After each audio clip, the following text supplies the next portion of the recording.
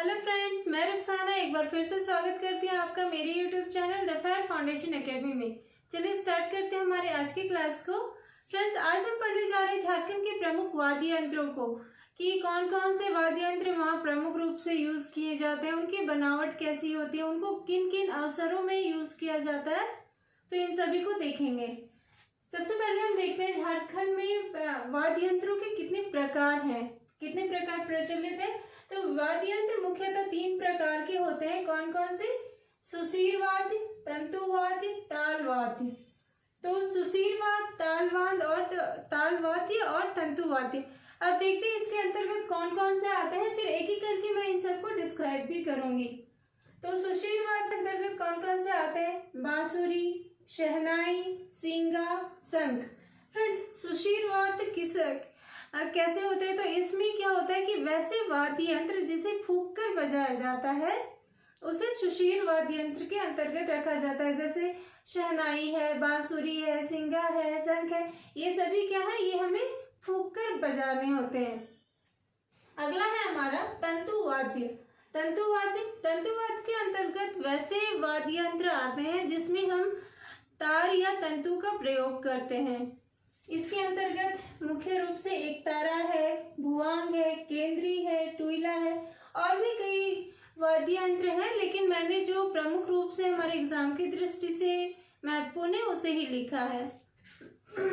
अगला है ताल वाद्य। तो ताल वाद्य के अंतर्गत वैसे वाद्य यंत्र आते हैं जिसे हम पीट कर, हाथ या हथेली से बजाकर या पीट कर बजा या फिर किसी छड़ी से पीट कर बजाते हैं, तो उसे ताल वाद्य कहते हैं, हाथ से या फिर छड़ी से। तो इसके अंतर्गत कौन कौन से? मांदर है, ढोल है, ढाक, नगाड़ा, धमसा, नागरा, ढप, खंजरी, डमरू, काठी, झाल, घंटा और मंदिरा। तो ये सभी आते हैं हमारे ताल वाद्य के अंतर्गत। फ्रेंड्स, आगे हम देखेंगे कि ताल वाद्य को भी 2 भागों में बांटा गया है, अवनत वाद्य और धन वाद्य। तो इसे भी 2 भागों में बांटा गया है, उसे भी हम आगे देखेंगे। चलिए सबसे पहले हम देखते हैं सुशीर वाद्य के अंतर्गत कौन कौन से आते हैं, इनके बारे में क्या विशेषताएं हैं। पहला मैंने लिखा है बांसुरी। तो बांसुरी, झारखंड में सुशीर वाद्य के अंतर्गत बांसुरी सबसे लोकप्रिय वाद्य है। आप लोगों को पता होगा बांसुरी का आकार कैसा होता है। ये एक लकड़ी की नली के रूप में होती है, उसमें एक छोर पे, दोनों छोर पे खुले होते हैं, बीच बीच में थोड़े छेद होते हैं। तो इसे भी फूंक कर बजाया जाता है, बहुतों ने बांसुरी बजाया भी होगा। चलिए देखते हैं अगला, शहनाई। फ्रेंड्स, हम लोगों ने बहुत बार शादी ब्याह के अवसरों में, पूजा पाठ के अवसरों में देखा होगा। इसका विशेषता क्या है? ये मांगलिक अवसरों में बजाए जाते हैं। साथ ही साथ छऊ, नटुआ, पाइका नृत्य में इसकी महत्वपूर्ण भूमिका है। ये जो छऊ, नटुआ फिर पाइका ये नृत्य है, इसमें शहनाई की बहुत ही ज्यादा महत्वपूर्ण भूमिका है। इसमें इसकी बहुत ज्यादा आवश्यकता होती है इस नृत्य में, शहनाई का। फ्रेंड्स, मैंने कहीं कहीं पे इन वाद्य यंत्रों के चित्र को भी प्रदर्शित करने की कोशिश की हुई है। ये देखिए शहनाई का आकार ऐसा होता है, यहाँ इसे हम इस जगह से फूंक कर बजाते हैं। अगला है हमारा सींगा। सींगा क्या है? तो सींगा का निर्माण कैसे होता है? इसे बैल या भैंस के सींग से बनाया जाता है। बैल या भैंस का जो सींग होता है उससे इसे बनाया जाता है, इस वाद्य यंत्र को।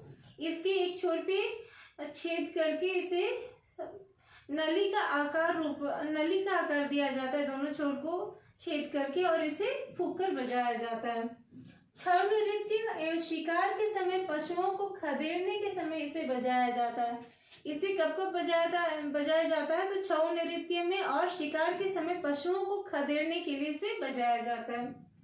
तो ये थे हमारे सुशीर वाद्य के अंतर्गत जो कि फूंक कर बजाए जाते हैं। अब हम देखते हैं तंतु वाद्य यंत्रों को, जिसमें कि तार की या तंतु की महत्वपूर्ण भूमिका होती है, उसी की वजह से इसे तंतु वाद्य यंत्र कहा जाता है।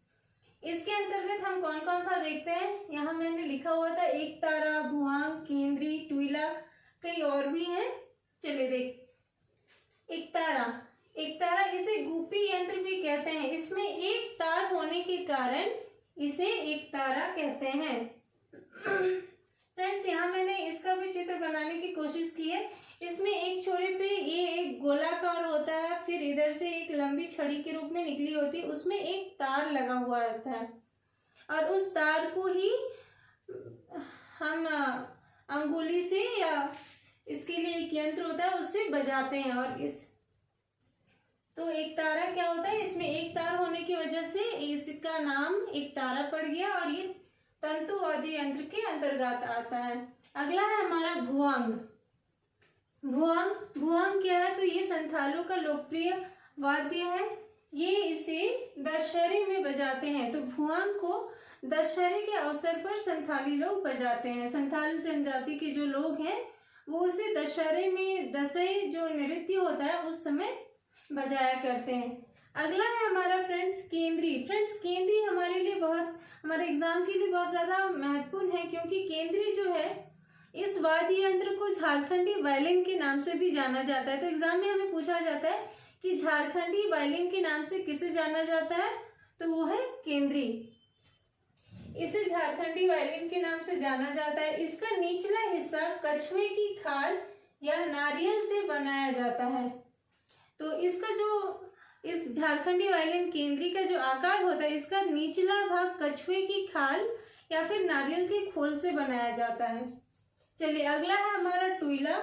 टुईला, इसके बारे में ये जो है इस वाद्य यंत्र को बजाना बहुत ही कठिन होता है। ये वादन शैली बहुत कठिन है।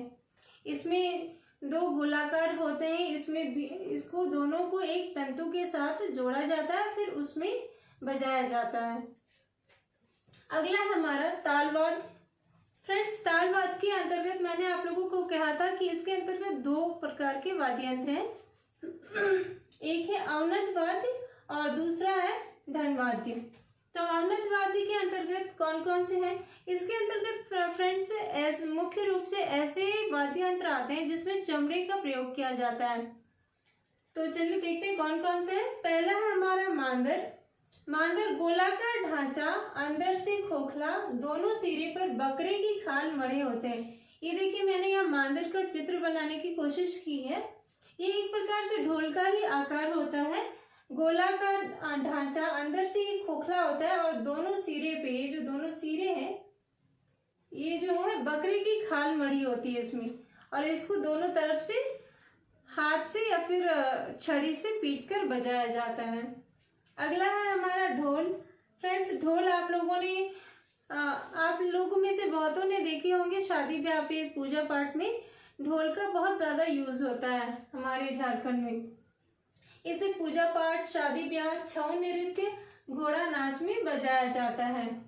अगला है हमारा ढाक। यह आकार में मांदर एवं ढोल से बड़ा होता है। ढाक क्या है? ये भी ढोल की तरह ही होता है, लेकिन आकार में मांदर और ढोल दोनों से ही बड़ा होता है, काफी बड़ा होता है। अगला है नगाड़ा। इसका उपयोग सामूहिक उत्सवों एवं मेलों में किया जाता है। नगाड़ा का भी चित्र मैंने बनाने की कोशिश की हुई है। ये इस प्रकार से एक गोलाकार आकार होता है जो रखा होता है, ये बहुत बड़े आकार में होता है और उसे छड़ी या डंडे से पीट कर बजाया जाता है। इसकी जो ध्वनि है, इसकी ध्वनि बहुत ही तीव्र होती है। अगला है हमारा धमसा। धमसा छऊ नृत्य में इस वाद्य के जरिए युद्ध एवं सैनिक दृश्यों को साकार किया जाता है। तो धमसा का महत्वपूर्ण भूमिका है छऊ नृत्य में।